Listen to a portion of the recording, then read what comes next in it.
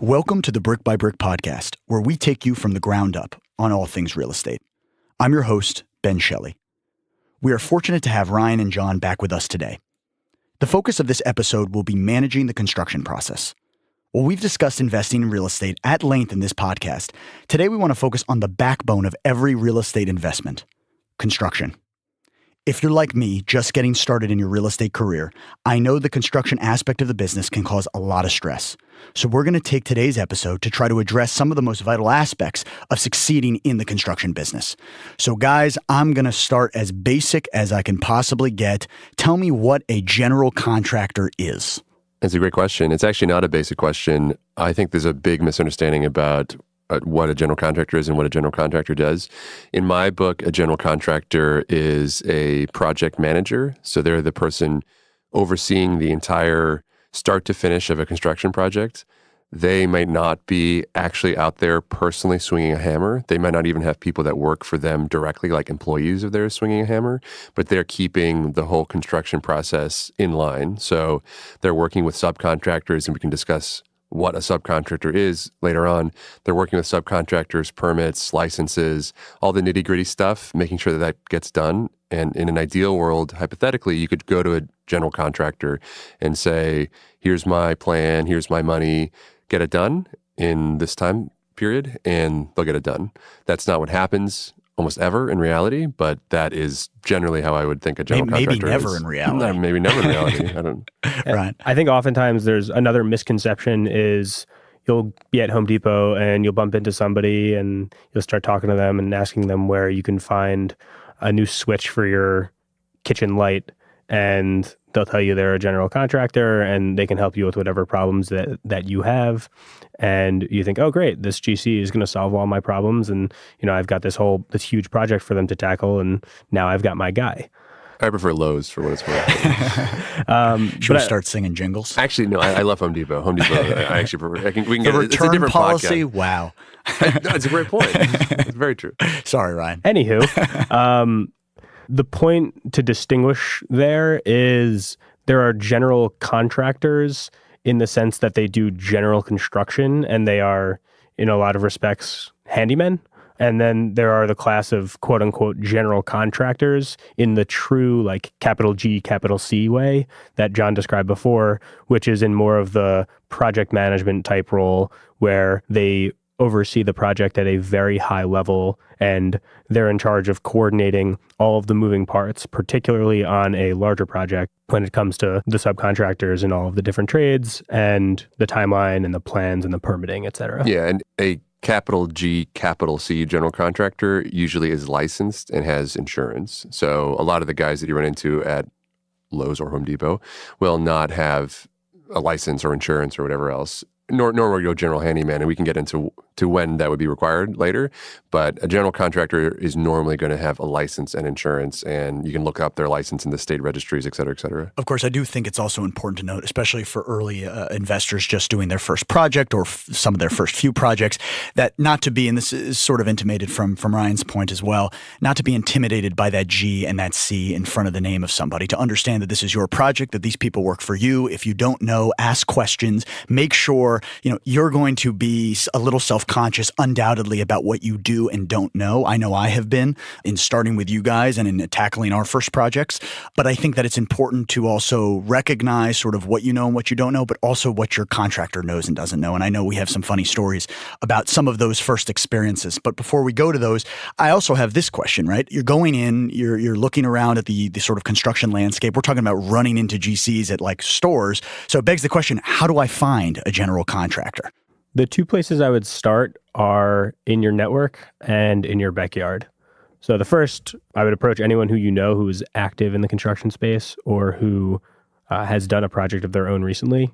And I would ask them what the nature of the project was, how they felt the project went, who they used, and obviously what their thoughts were on that contractor. The second thing I would recommend is to look around your neighborhood and find projects that are similar in nature to your own, particularly when you're talking about a whole house renovation or something larger. I would look for structures that are similar because housing stock can vary a lot, and renovating an old Victorian is a very different beast from renovating a Frank Lloyd Wright inspired mid-century modern house. Shout out. Shout out Frank Lloyd Wright. So I would approach the two. I would first go down both of those rabbit holes before resorting to something like Yelp or Home Advisor or something like that, where I think there's a little bit of gamesmanship going on. John? Well, if you happen to be in the northern New Jersey area, I have a great... you know what? I was thinking about making the plug. You son of a... I mean, really, this guy... I mean, but I agree. I just love where your instincts are. I know. I agree with Ryan. I have found contractors... Well, we did an episode on networking, and if you go to meetup groups or networking groups for real estate investors, you will invariably find contractors. And if you're... One distinction that I draw, I think, is there are obviously general contractors that do both of these types of jobs, and we are one of them, but there certainly are contractors that do more work for investors as opposed to primary home owners, residents. And if you're an investor and you want to work in that space, working with a general contractor who has experience working with investors, who therefore understands budgets, timelines, the types of finishes that you need is important. So if you talk to a general contractor, say, hey, what type of work do you generally do? Is it for homeowners, for investors, single family, multifamily, whatever? I think that's true. And I think what's interesting is from our own experiences, I know having fielded just a few of these calls to date, a lot of times people will say, the first things they'll ask on the phone aren't necessarily, can you do this work? They'll say, where do you work? I think that's a really important thing. So can you find a contractor that has experience in your area? And that relates a little bit to what Ryan was talking about looking in your surrounding area. And then what are your capabilities in terms of scope? And then obviously those methods combined can help you hopefully locate the right person for your job. Just sorry to cut you off, but another please. Critical point, particularly in this area, regarding finding someone local, is the fact that all these building departments are very different. Each municipality, at least in New Jersey, every municipality for the most part has its own building department. And so if you happen to find the one contractor or one of the few contractors who does a lot of work in your specific town, particularly with a bigger project, their relationships with the building department and with the inspectors and their knowledge of what the city's and building departments' specific requirements will go a long way. Yeah, I mean, it's so funny you mentioned that too, because from my own experience coming into these different building departments has been almost wild. I mean, just the difference in the people who work there, the different expertise, the different looks, not just in terms of the looks of the building, but in all honesty, in the demographic, because different municipalities also have varying demographics, and this has cultural history to it, socioeconomic history to it. But that's a very vital point, because I think maybe the main goal of the GC, in summation, is to guide you through this process so that you can build your home to code and pass inspections and get your certificate of occupancy. So I want to sort of pivot here. Once you've hired the GC, is there a particular way you would go about addressing or talking with your general contractor, maybe from the beginning as it pertains to the scope of work, or is it more generic across the board? Every project is certainly unique, and the types of projects that you might hire a general contractor for would range from redoing a bathroom or a kitchen to gut renovating a house, doing an addition to a house, or ground up construction of a house even. So one of the most important things to know or to think about when approaching a general contractor is what exactly is the scope of what I'm doing. And if you don't have the knowledge base to even do that, then I would say think about it and search online and watch some YouTube videos about it. I mean, we work mostly with investors, and investors often know what they want out of a property, but it's very frustrating both from the contracting side and also from, I think, the client side or the investor side, whatever you want to say it, for someone to say, oh, I want my house to look better. It's like, well, what does that mean? Like, what do you want? Do you want paint? I don't know, John, better. Right. It's like, I want, or, that no one will say that. That's insane. But someone will say like, I want to redo the kitchen. And it's like, and then they'll show you pictures from House or from HGTV, and they'll say, I just want it to look like that. Right. Right. And so it's like, when you say redo, do you mean make it bigger, same size? Do you want different materials, new materials? Do you want to replace the cap? And people have crazy shifting the layout. I think that's something in particular that goes overlooked. That's a big difference between just upgrading the cosmetics with the existing footprint versus turning it on its head and essentially starting from scratch. Oh, absolutely. And there are big cost differences too. So, something that happens a lot is there's, sticker shock with general contractors. So you'll say, I want to redo the kitchen, and then the price will be $40,000 and be, oh my gosh, that's way more than I want to spend $10,000. And the reason is because you wanted to, instead of keeping the sink where it was, you wanted to move it onto an island, and you wanted to, instead of keeping the stove where it was, you want to move it to the opposite side of the kitchen, which requires running all new plumbing and whatever else. So if you're not knowledgeable enough to think, oh, well, if I move the sink or if I move the stove, that's going to be a tremendously large cost, then it would be helpful to either gain that knowledge or to find a general contractor that's going to explain that to you and say, look, we can redo the kitchen like this, it's going to cost that. We can do this, it's going to cost that, whatever else. So some general contractors are great at that. Some are not great at that. Just depends on what you're doing and who you contact. And we are great at that, Ryan. We're the best. I mean, there's no one better. To me, the two foundational components of this are communication and expectation. I think John alluded to the expectation front quite a bit and quite well just now. But to expound upon that, the expectation really sets the precedent, and that to a large extent is context driven. So an investor who's buying a property that's going to be a rental property, or an investor who's buying a property for the sake of flipping it, is going to have a very different set of expectations than somebody who just bought a piece of land for $1 million and is building their $3 million dream home, and who wants every single last detail to be carefully thought about, carefully curated, and carefully addressed. So, and I don't mean to cut you off, but I guess just kind of getting into the weeds a little bit more here. What are the kinds of things that go into creating, a quote unquote good scope of work? We talk about communication and expectation, but obviously, I think creating your scope of work is vital for a lot of reasons, one of which being also financing, because you're going to probably borrow a certain amount of money to do that construction work. So maybe talking a little bit about, for a new investor, how do I go about creating a scope of work that is appropriate for my project? And how do I work with the GC in doing that? I think ideally it's a collaborative process between the investor and the GC. The architect. And the architect, right. So it's important to consider that there are other components to putting together a project.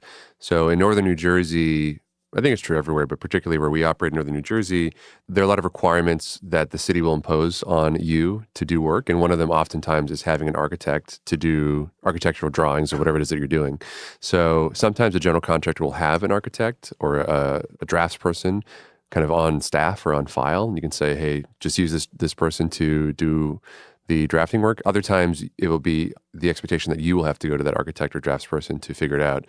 So that would be step one, is saying, well, if I want to do something pretty major, I might want to go to an architect or a general contractor that I really trust and say, hey, here's what I want to do. What do you think I need to get in place to start with? I think it harkens back to my point before. It was if you don't have the knowledge base to even say, here's what I conceivably want, then it's going to be, to use a specific example, I'm thinking about one. We had a project where we had someone come in. Someone called us in Jersey City. They wanted to totally renovate their row house, basically, and they wanted to expand it, make it larger. So they wanted to push out the first floor, push out the second floor, create a rooftop deck, finish the basement, all that sort of stuff. And pretty immediately it became apparent that they knew a little bit about real estate and maybe a little bit about construction, because they knew kind of what they wanted it to look like, but had no conception of the cost of what it would be. So or the logistics. So it's a row house, so there's no way to get machinery back to the rear of the property. That's like the first problem. So they wanted to expand the building by a significant amount, like, I don't know, 20 feet or something like that. And also dig out a full basement below that expansion and make their existing basement deeper. So immediately my thought was, well, we can't get like a backhoe here because there's no way to get stuff to the back of the property. There's no way to get to the front of the property. Basically, there's no access to the rear of the property from the front. So all of that's going to have to be done with like shovels, by hand, essentially. So that itself enormously increases the cost. Everything else that he wanted to, like rearranging every single wall in the building, the rooftop deck, all that sort of stuff. I mean, we were looking at a scope that was like probably maybe it would have been cheaper to rip down the whole building and just redo the whole thing to begin with.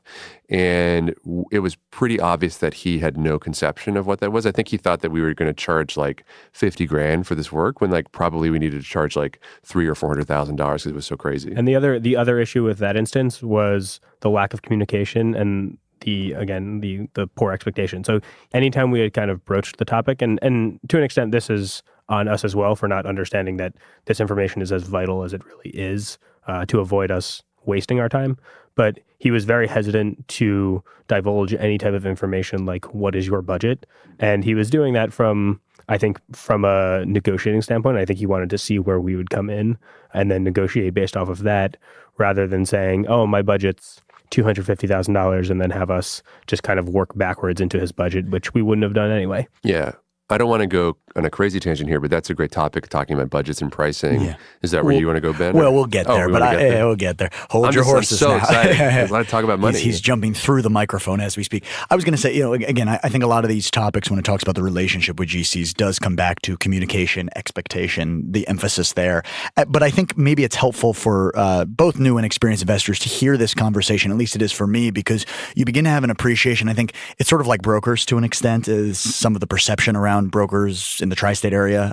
With GCs, I think everyone is always on the lookout for someone trying to do one over on them. And I think it's important to realize that this kind of confusion happens on both sides, that there's nervousness and sometimes miscommunication and lack of a clear expectation set on both sides of the aisle. And so it is so important, especially I think if you have a lower knowledge base or if you're nervous about pricing, to be communicative, to go out and say, hey, here are my expectations, regardless of whether or not you're an investor or you're building your dream home in Livingston, New Jersey. Yeah.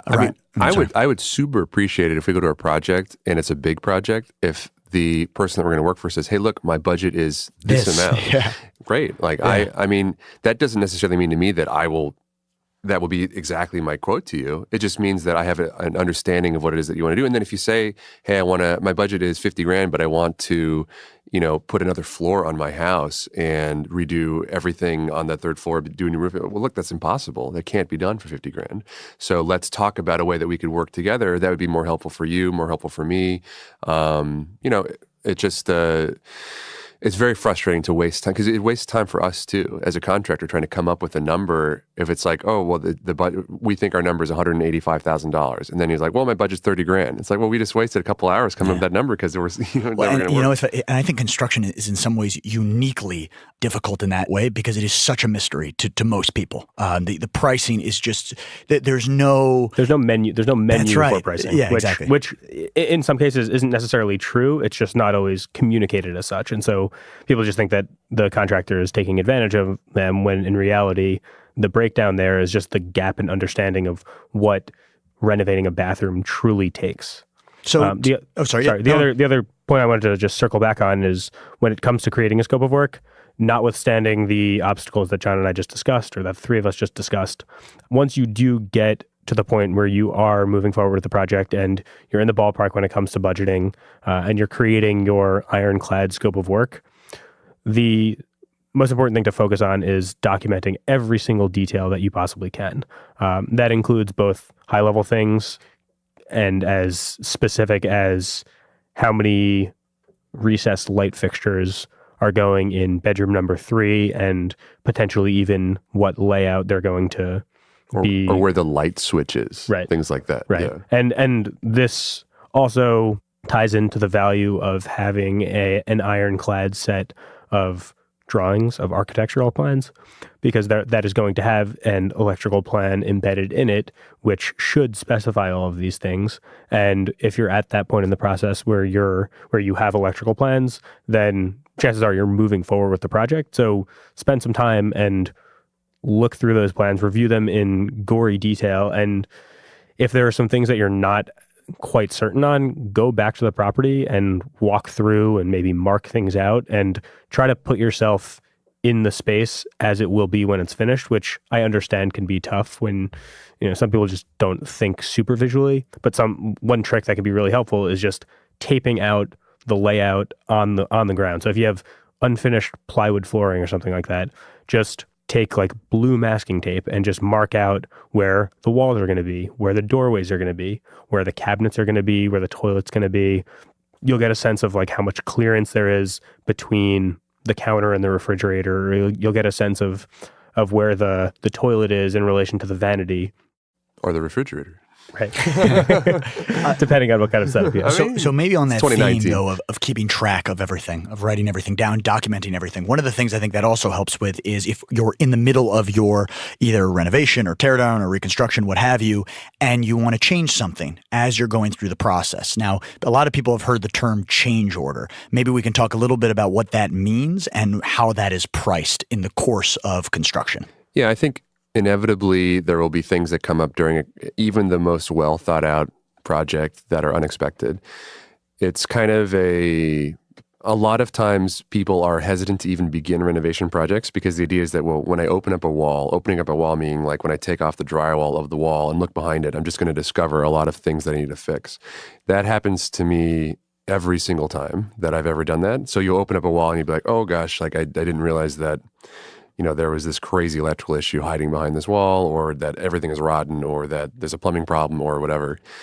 So, I mean, once you do that, you have the option to not fix it for certain, but it's almost insane to not fix it because the effort that it takes to put up a wall and finish it, maybe it's in a bathroom, so you have tile on the wall, the effort to do that is going to be a lot. So when the wall is open, you might as well take care of it. So that's a pretty common type of change order where it's like, oh, we opened up the wall and we found that the main sewer line of your entire house is cracked and we have to replace it, and that could be $5,000. The other flip side of it is you yourself as the owner might say, oh, well, now that we've gone through the process and now that I've seen what's going on, I myself want to make a change to the scope of the work. And that's totally fine. To Ryan's initial point, knowing that initially is way easier both for probably your pocketbook and also for the project itself. But a change order is when a general contractor will say, okay, now that we've changed the scope of the work, either because you've desired it or because I have strongly recommended it or because there's something way unanticipated that we discovered during the process, we need to go back and change the scope of what we're doing. And they have a reputation for being expensive because it might be the case that was just not originally factored in and therefore requires a lot more time, maybe another permit, maybe another license, maybe another even subcontracting trade to come in and do something. I would say bad general contractors will sometimes use change orders as a way to make money. So they'll say, oh, I didn't charge enough at the beginning, or this project is taking longer than I thought and I'm not going to make any money in it, so now I need to make a phony change order, and in order to put in, this different type of sink than what you said, it's going to be $3,000, even though the sink itself is only $100 more or something like that. That happens. It's happened to me. It's probably happened to you, Ryan, but that would be, I would say, telltale sign of a bad general contractor. on the scale of good to bad. And so that brings me also to this fundamental question, which, John, you were jumping out of your seat earlier to talk about, which is both very broad and specific at the same time, which is pricing. And Ryan, you can continue maybe the conversation a little bit about change orders and expectations of pricing there, but just generally, I mean, standard construction, right? This great mystery. Maybe we can try to unravel this for people like me and people listening. But can you talk to us a little bit about what are just some standard construction costs that you can run through that vary from project to project? I'm going to be honest with you. I hate this question. It's hard because it's hard and it's loaded, and it's. I'm glad really I'm hard. Asking you the question. Yeah, it's really hard to give an answer without having context and without caveating it like crazy. Let's take a bathroom renovation as an example. On the surface, if you break it down to the components of a bathroom, you're looking at generally a vanity, a bath or shower, and a toilet. Then you have things like flooring, which is usually tile. Oftentimes you have tile on the walls as well. You have cement board as an underlayment for the flooring, which sometimes is also generally goes on top of plywood subfloor as well. You have green board, which is the moisture-resistant sheetrock that typically is used in a bathroom. You have certain light fixtures. You have bath accessories, and then you have paint. I'm sure I'm missing some details that maybe usually like an exhaust fan of some sort. Well, you have all plumbing and all electrical work. Right. So that is, I guess, what you would see. For the most part, that's what you will see on the surface. But the reason why this is such a difficult question to answer is that doesn't get into that doesn't even really touch on all of the components that make the bathroom what it is, which is the nuts and bolts of the plumbing and the electrical. So you can have the nicest toilet, the nicest vanity, and the nicest shower in the world, but if the plumbing behind the wall doesn't work or clogs every other time you use it, then your bathroom is going to drive you absolutely crazy. And to John's point earlier, while you're doing this project, if you look behind the walls and you realize that you're working with like a corroded cast iron stack from 100 years ago that is leaking or clogged or just has seen better days, you'd be foolish not to go in and replace it now when the vast majority of the work has already been done. So that's going to cost more, but it's going to, in the long run, cost way less than when your stack starts to leak like crazy or doesn't flush or everything, nothing gets through the line and backs up into your brand new bathroom, and then you have to rip everything out and start from scratch again. Yeah, I want to approach the topic from a different thinking, which is just to say, everyone should understand that contractors are not necessarily good at figuring out how much things will cost. They're just not. So we're not that good at it. I mean, I think that we're getting better at it. I've met so many contractors that are really bad at it. And there are a bunch of different ways that contractors can figure out how much stuff is supposed to cost, and I'll describe them to you. The first is that a lot of contractors literally, I shouldn't say a lot, some contractors will literally pick a number out of thin air. I guarantee you this happens. And like, 20,000 sounds right. Absolutely. Yeah. I mean, like it sounds funny, but I mean, I don't. It's funny until you experience it. Well, I don't say that as a bad thing. It's not necessarily that they're like super crazy wrong, but they'll just say, well, based on my experience and based on my general thought process, I just think that it's going to be about this. And they'll usually give you, kind of an estimate or something that says like services, and it'll have a number, and that'll just be the number they came up with. I mean, this happens more often than you might think, and so people get cynical about the industry because of this. Doesn't mean that their number is wrong. They might have just thought of it randomly, and that actually might be actually how much that they're going to charge, but that does happen. The second way is that you'll have an estimator. An estimator is like its own class of person who has usually a lot of construction experience and is familiar with how a construction project will go. And an estimator will say, well, I think that the materials cost for this particular scope of work will be this number because it's this many square feet of flooring and this many square feet of drywall and whatever else.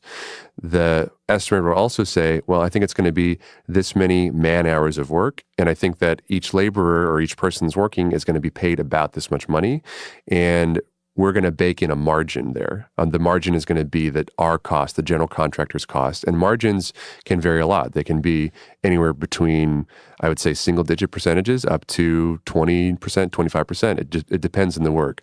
And that is normally the compensation for the general contractor. In an ideal world, an estimator will say that your costs, your labor costs, and your materials costs are this, and you will charge a 15% margin, and that's what I take home as the general contractor for my effort in arranging everything, getting permits, getting licenses, project managing the whole thing for you. That's my fee. If I'm wrong, if the materials cost or the labor cost is too high, then that just cuts into my margin. Or it could be wrong the other way. I actually overestimated. Therefore, I get to keep the difference between what I thought I was going to pay out than what I actually paid out. So. And then the third way that contractors will estimate stuff is they'll just look at what the market is or could be for this job and just say, well, everybody's charging whatever, $5,000 for a bathroom, so I'm going to charge $5,000 for a bathroom. I don't really know how to estimate it. I didn't really pull the number out of nowhere because I at least have some sense of what people charge, but that's what I'm going to charge for. So to what extent am I, as the investor or as the person who's building the home, hiring the contractor, am I allowed to push back on the pricing? Now, it's like if you're listening to this podcast right now, you're saying, wow, that John Errico is teaching me a thing or two. I need to go back to my general contractor and make sure that everything that I'm being charged at is right. So where is that balance? How do you approach that process? And what is sort of the right and wrong way to go about it if you feel that a pricing is off? This is going to depend on who you're dealing with. If you're talking about the contractor who just pulls a number out of his backside and that number is 15,000 and he truly just made it up out of thin air, you may go back to him and say, hey, that seems a little high. And then he'll come back to you and say, all right, 13.5, let's make this happen. When you're dealing with somebody who really knows what they're talking about, generally there's a methodology to how they came up with their number. So if they come back to you and say, this bathroom renovation is going to be $15,000, and you say, hey, that sounds a little high, can you do any better? Oftentimes they will say, no, my pricing is my pricing. And oftentimes that is rooted in something substantive.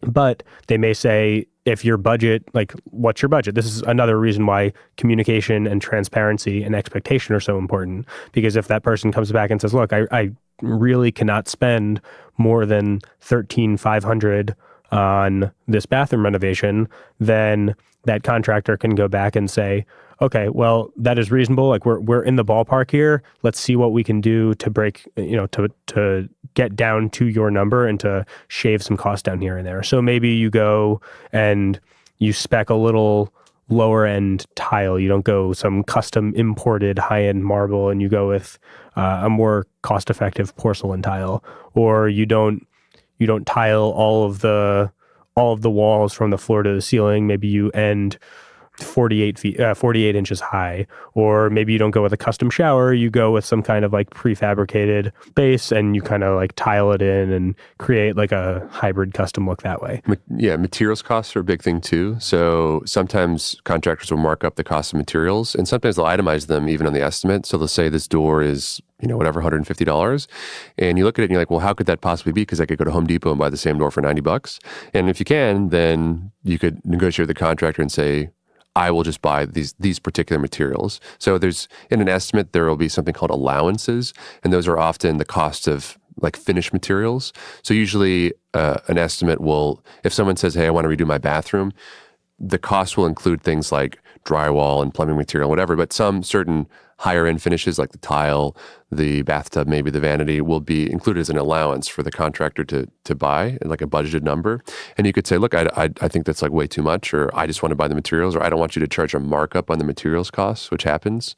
And another thing too is that particularly in higher end stuff, the margin that your contractor is charging is a known thing. It's not a secret thing. I've seen it in contracts all the time where it's negotiated. So it's like, look, we're doing $1 million project, but I don't want you to take a 12% margin. I want you to take an 11% margin or a 13% margin.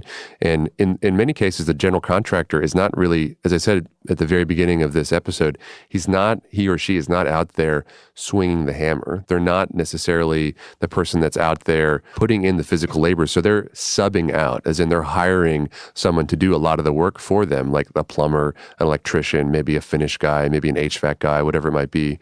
So the costs that might be known. So, for example, it might be that their plumber's going to charge them $30,000, and they're going to take a margin on $30,000 and pass it along to you. And you can say, "Look, I don't want you to take a 15% margin. I'm going to reduce it." So that's another way to negotiate, is saying, "What is your margin? Like, what are your actual costs? Can you talk to me about it?" And they might want to say, "Sure." On the materials front, the allowances point is worthwhile to make, and I think in reality, oftentimes it's generally broken up between rough materials costs and finished materials costs. So the stuff that John alluded to before, like the sheetrock or the lumber behind the wall, that stuff is considered rough materials, and those are generally embedded in the scope and embedded in the contractor's cost basis. But the finished stuff is often where you can see significant variance in the allowance, because, as I said earlier, it could be a super high-end marble, or it could be a more run-of-the-mill ceramic or porcelain tile. The other thing I would note about the topic of allowances and who's providing the materials is there are a lot of contractors who point blank will not allow the homeowner to buy materials, and I think there's good reason behind it. It may seem like they're just being a hard ass on the front end, but from their perspective, if it's on the homeowner to buy the materials, and the homeowner doesn't know what they're doing, or only has like a rough idea of what they're doing, they're going to screw up at some point. They're going to buy the wrong size door, or they're going to buy the wrong type of vanity, or they're going to buy a wall-hung vanity instead of a freestanding one. And the contractor is going to say, hey, well, it's more time-intensive and more expensive for me to install this. You already have this here. We're either going to lose time on the project because you're going to have to go return this and get a new one, or I'm going to have to charge you and slap you with a change order. So there are a number of reasons why a contractor may not want you to do that. And it may not just be to extract more cash out of you. And I want to put in an important side note to the pricing conversation before we finish it up, because I realized we didn't talk specifically about quote unquote what subcontractors are. Just to clarify here, I'm going to use a football analogy. The GC, I guess, is kind of acting like the quarterback here. He's running the offense, and the subcontractors sort of act like the offensive line. And for those who really know football, you can't really play good offense without a good offensive line. And so he's sort of orchestrating, he or she, is sort of orchestrating the people up front to try to make sure that the project is moving smoothly. And that's where I think it's a careful dance here. I would say that I think the GC is more like the coach. I wouldn't even say that the quarterback. He's not playing the game. I mean, he's playing the game. He's overseeing it. You're right. He's not swinging the hammer. He's not touching the ball, but he is very much 30 minutes getting this analogy right. But it's a really important point. I'm glad you brought it up. I really want to talk about it. So I have a relative who's building a house right now, and he's hired a builder to build his house. And some people out there might think, oh, you've hired a builder. So the builder's going to come up, call it John's building company. Like the builder's going to come up with John's guys, and John's going to come and he's going to have his guys putting up the framing and pouring the foundation and putting up the drywall. And you as a client might say like, oh, wait a second. Like when I pull up to the house, nothing says John's on it. It says, Bob's, like Bob's Plumbing Company. Like who the hell's Bob? I didn't hire Bob. The reality is that, in my specific example, my relative who's building a house, his builder is 2 people. It's 1 guy and a secretary. That's the whole company. He's the general contractor. But what he is doing is subbing out all of the work to other people. And how construction can get really expensive is the more people you sub out work to, the more margins there are for people to collect money on. So I had a project recently where I worked with a general contractor who actually subbed out the entire thing to a different general contractor who then subbed that out to the trades being electricians, plumbers, whatever. So what a subcontractor is those are the people that are actually doing the work. They actually have employees that are out there putting pipes together, putting up drywall, swinging the hammers, doing that stuff. And you as the owner or the investor might not ever know exactly who these people are because your interface with them is through your general contractor. But you might not have any idea who's doing the plumbing or the electrical work. Even in projects that Ryan and I have been very involved in where we've used a general contractor, we haven't had any clue about who some of these people are. But if you think about it, in my case before where I had a general contractor who himself hired a general contractor who then hired subs, think about how much margin there is in that. Say that the subcontractor said, "Oh, look, it's $10,000 for me for my guys to do the labor and materials, and I'm going to charge you $12,000 because I need to take a 20% margin." Then the general contractor says, "Well, it's $12,000 to me. I need to take a margin on that, so I'm going to charge 20% on that." And then my general contractor who I'm talking with says, "Well, I need to charge 20% on that." So at the end of the day, I'm spending, maybe $6,000 more just because these guys wanted to sub out all of the work to other people. What we do, and what very large construction companies do, is they have almost everything in-house. So they'll have guys that actually work for them, that swing hammers, that go out to the job site and actually do labor. So in our company, and one of the reasons why our costs, I think, generally are pretty low, why we're very efficient, and why we started the company, is because we have guys out there that go and actually do construction work. They do framing, finishing, put up walls, tile, whatever it is. We don't sub that out. We do sub out things like plumbing and electrical work, and that's usually for both experience issues and for licensing and permitting issues. But it is worthwhile to ask your general contractor, look, what do you do any work in-house? Do you sub it all out? It's not a bad thing if they don't do any work in-house, but it's important to know that has a really significant difference on your cost basis if you're doing work in-house versus subbing it out. And I think that's a unique question. And Ryan, I want to jump to you on this. It's just a unique thing to hear specifically for new investors, but really everybody in the business, because I think a lot of people would feel uncomfortable asking a question like that because it's almost like asking someone, well, do you actually do anything that I'm paying you for? But the realities are, if you understand the ins and outs of the business and understand the dynamics of what a GC really does as the coach of the team, sort of organizing the players, then it's actually absolutely vital for you to do that and to think about it when you're negotiating margins on a job. Ryan? To counter John's example, I think that illustrates what can be seen as like the dark side of the construction industry, where it's just essentially daisy chaining work with somebody taking a little bit of profit every step of the way. There are instances where that structure works quite well. There are companies that are, as John alluded to earlier, like a 1 or 2 man shop where all they do is construction management, and they have a subcontractor or a tradesman for every specific trade that goes into the project. So everything is highly specialized, and that in and of itself can create certain efficiencies. If you think about a company like ours with employees that do a varying degree or assortment of work, everything from tile to sheetrock to framing, these guys are quite skilled and quite capable, and I think we've been, on the whole, quite pleased with their work.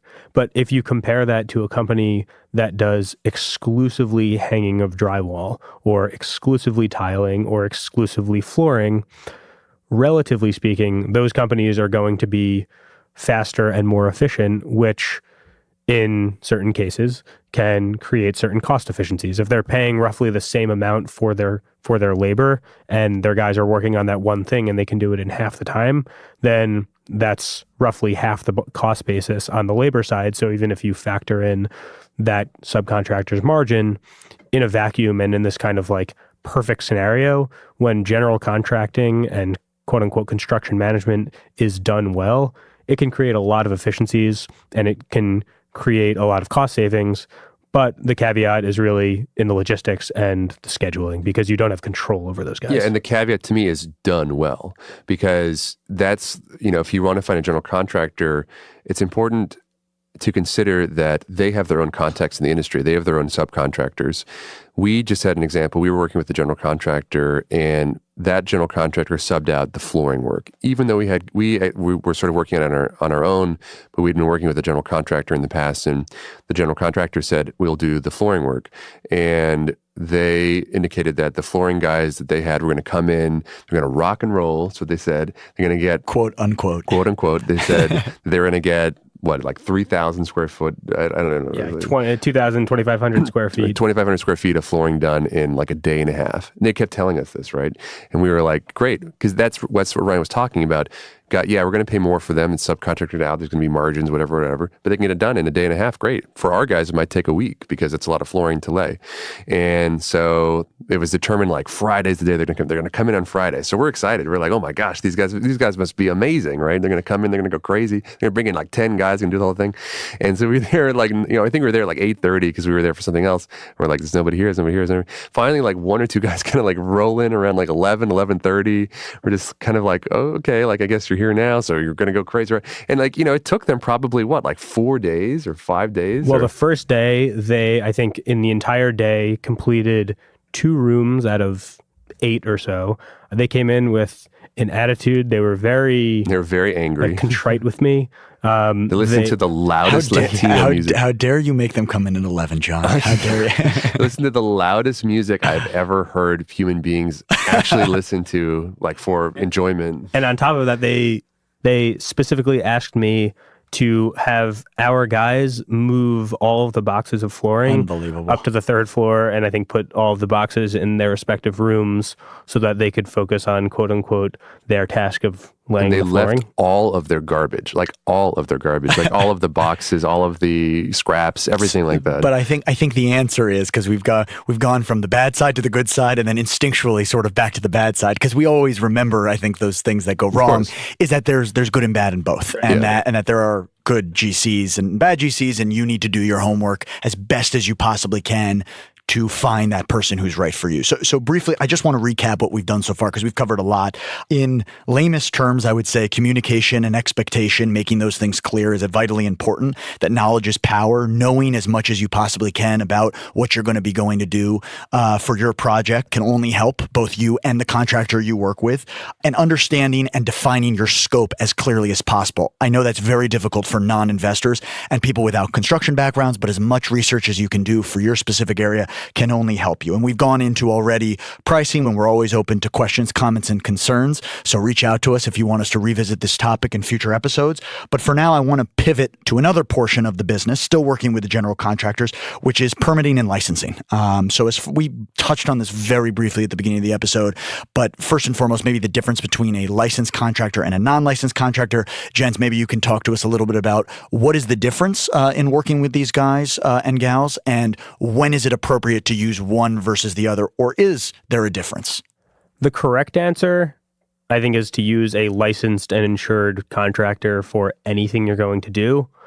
I would say that the reality is a little bit different. If you're talking about you had a little leak or you had like some kind of like stain on your wall in your living room and you just want to paint a little bit of like a small 5x5 patch, you're not going to call in a licensed, or you don't need to call in a licensed and insured general contractor to come in and paint that and do that little bit of like handyman work. That is classic handyman work. And it's frankly, I think it's overkill to bring in a licensed, insured general contractor who's used to working on $300,000 projects to come in and attack a job like that.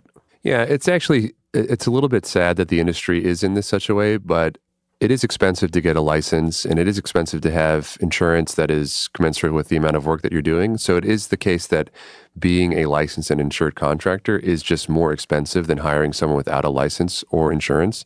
And I think that's actually a shame because I agree with Ryan that the right way to do it, I'm not so much concerned about the license, but insurance is a big issue. If you're inviting somebody into your house to do work and they get hurt and they don't have insurance, that's a problem.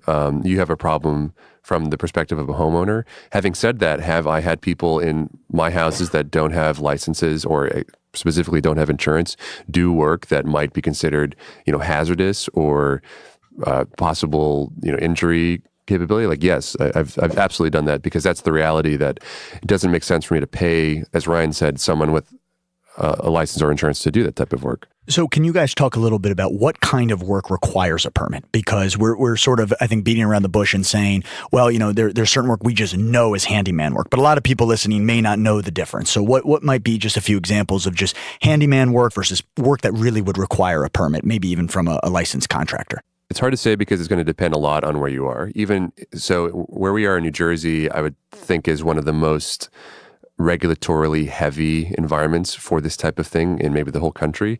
So, the joke in New Jersey is that like you drive a nail into a piece of wood or a screw into a wall and you need a permit. And that's, not entirely untrue. I mean, not that literally, but that type of attitude is not entirely untrue. There are some obvious things that I don't think require permits anywhere, like painting does not require a permit generally. In this area, laying new flooring doesn't require permitting, although I think taking up existing flooring possibly might. I'm not entirely sure.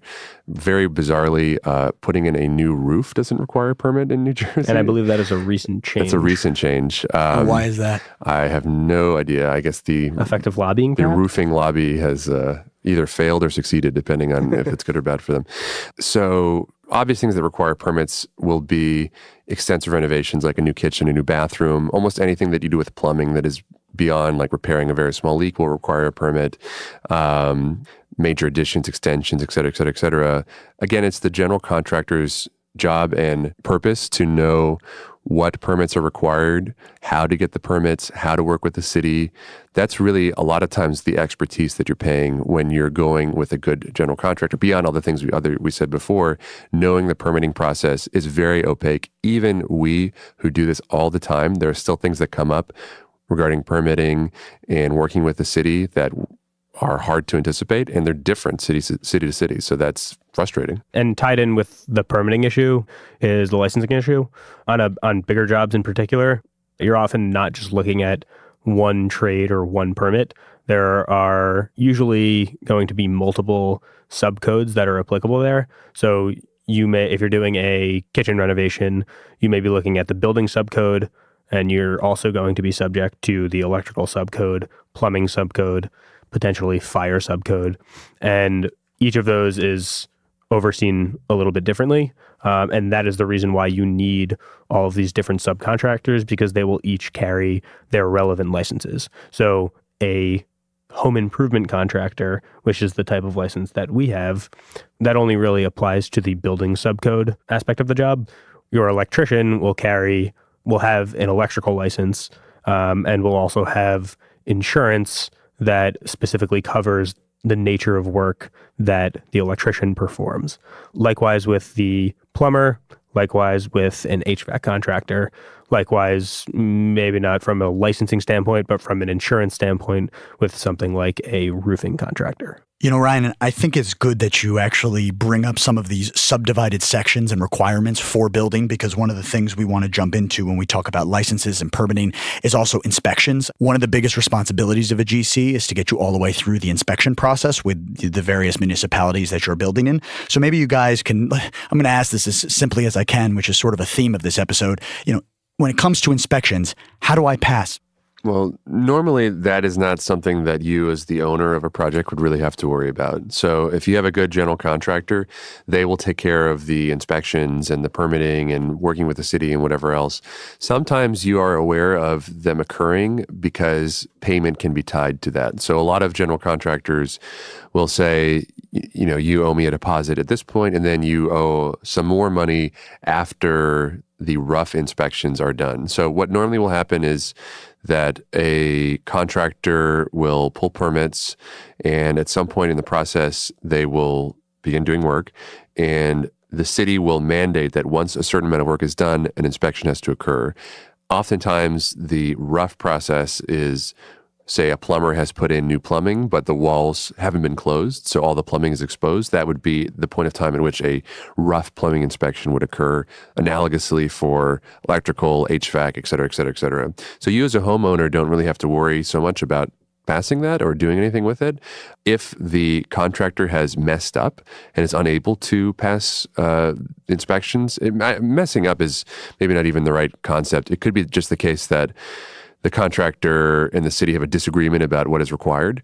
But if for whatever reason the inspection isn't passed, it is important to generally know that it's normally not on you as the owner to care about that or to pay more about it. Some unscrupulous general contractors might say, I didn't pass inspections and now I have to do a bunch more work, so now you're going to pay me more money. That's usually not how most arrangements occur. Maybe it's the case that because of the additional work required, the scope will change and a change order will be required because something really unexpected has happened based on what the city has said. But if that's a possibility, I would really prefer both as a client and also as a contractor to have communicated that or know that originally if that was a possibility. And Ryan? John hit the nail on the head with that. Your ability to pass inspections and the speed with which you pass inspections is going to be determined largely by your team, and that's why it's critically important to have a general contractor with experience in that municipality and who has a network of trades, i.e. plumbers, electricians, HVAC contractors, who have the same degree of experience in that municipality, because if they've done it before, they can do it again, and a lot of those disagreements or barriers to communication when it comes to expectations for the subcode inspector should be avoided by their prior experiences. And that's where maybe relationships that your GC has with the city can also come into play. I think a lot of GCs like to sort of talk up maybe what cities or what areas they have better relationships in, because they feel it does and probably does make a little bit of a difference at times where inspections are concerned. And while it is somewhat of a footnote because it's not your responsibility, I think both points should be well taken, particularly for newer investors, that if something goes wrong, it is really not on you. So in this theme of pricing, be aware of that, because if a contractor comes back to you and says, well, I need to charge you more, you should be aware of what's going on and why they're coming to you and saying that. So I want to sort of as a bookend here, I still want to talk a little bit about some questions about finishes. But first, most of what we've been talking about really falls under the category of something that's called capital expenditures, CapEx. And obviously, there are different ways that investors look at and treat their properties. If you're coming in investing in flip, then CapEx is probably more of a concern than repairs and maintenance, which has more relevance to people who are maybe holding their property long-term or currently managing their properties under their umbrella. So guys, maybe we can talk a little bit about the difference here and just distinguishing them and defining the terms of, again, repairs and maintenance versus CapEx. These are really accounting distinctions. So a capital expenditure is something that is going to go into your basis in the property. So oftentimes capital expenditures are akin to fixed improvements that are going to improve the capital asset or improve the asset on the books. So if you have a house and you spend $15,000 to install a new HVAC system that wasn't previously there, that would be considered a capital improvement and thus goes on the books as a capital expenditure. the repairs and maintenance classification is just as it says. It is repairs and it is maintenance in nature. So if you already have that HVAC system and you need to replace an air filter, or you need to replace a broken component of your furnace, that is generally classified as repairs and maintenance because you are repairing or maintaining an existing component of your system. So when it comes to tax time, the main distinction is your repairs and maintenance are taken as an expense, whereas capital expenditures or capital improvements may go onto the books a little bit differently, and maybe they may go into your basis in the property, which in a roundabout way can ultimately be taken as an expense, but is generally done so in the form of depreciation. And this is a whole other topic for a tax expert or for a tax expert or a CPA to come in and opine on. But high level, that's the distinction. So for a final topic here to bookend the segment, I do want to talk about the types of finishes that people look for, want, ask for, from their general contractors. This is going to fold in nicely, I think, with the pricing conversation and how to approach and the dynamic between your GC.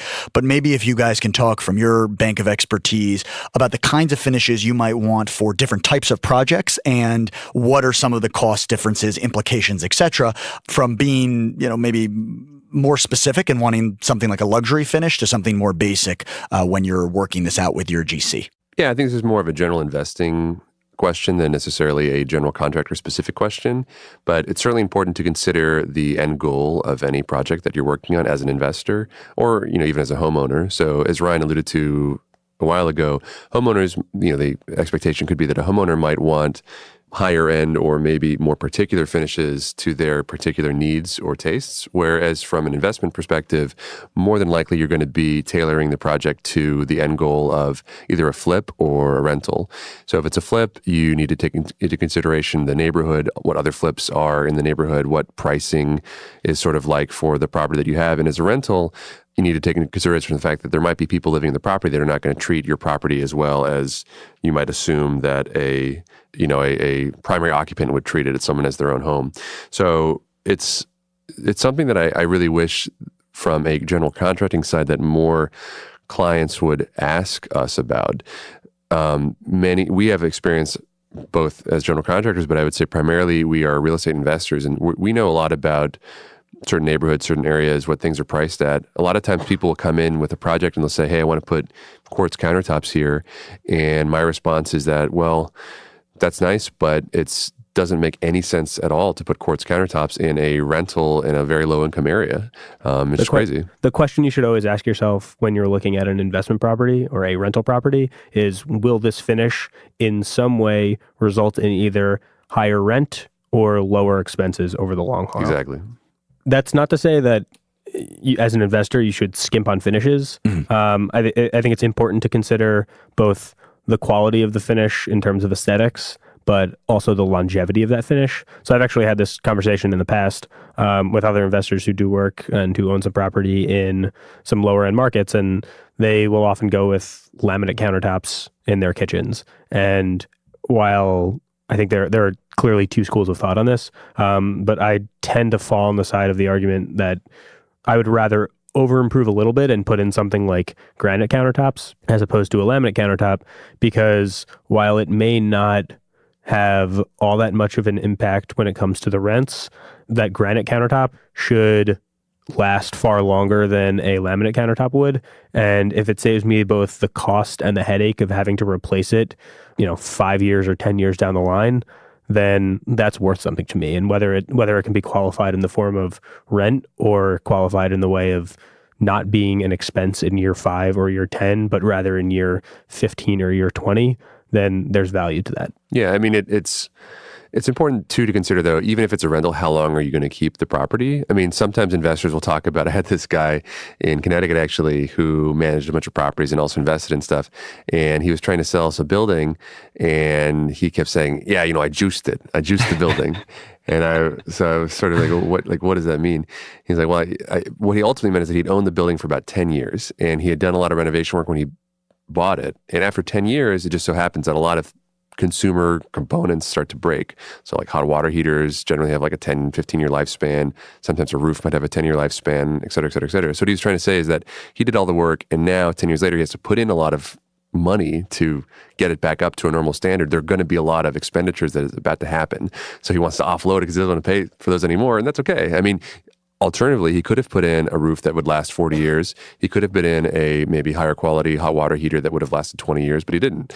And that was his investing strategy, and that's okay. And these are the decisions as an investor as well as a homeowner that you need to make as you go forward. And I think you got to think of the opportunity costs of investing today, maybe in higher quality materials and finishes versus this individual who, 10 years is a long time, but now that he's ready to sell, he maybe is regretting not, quote, juicing his property a little bit more. He's extracted all of the juice from me. All of the juice. And honestly, what it tells you, we mentioned, I want to talk more about this, but we're going to do this in the next episode about some of those invariable factors, which we mentioned already. Things like, sorry, Ryan. No, I was going to say, one of those invariable factors also is while your rent may be what your rent is going to be, and that may not change depending on the finishes, you may attract 5 or 10 applicants to a listing if you put in like one upgrade like granite countertops, stainless steel kitchen appliance, right, that you may, whereas if you don't, your rent may be the same, but you maybe only get 2 or 3 applicants, and having that larger pool to choose from will allow you to pick the most qualified candidate.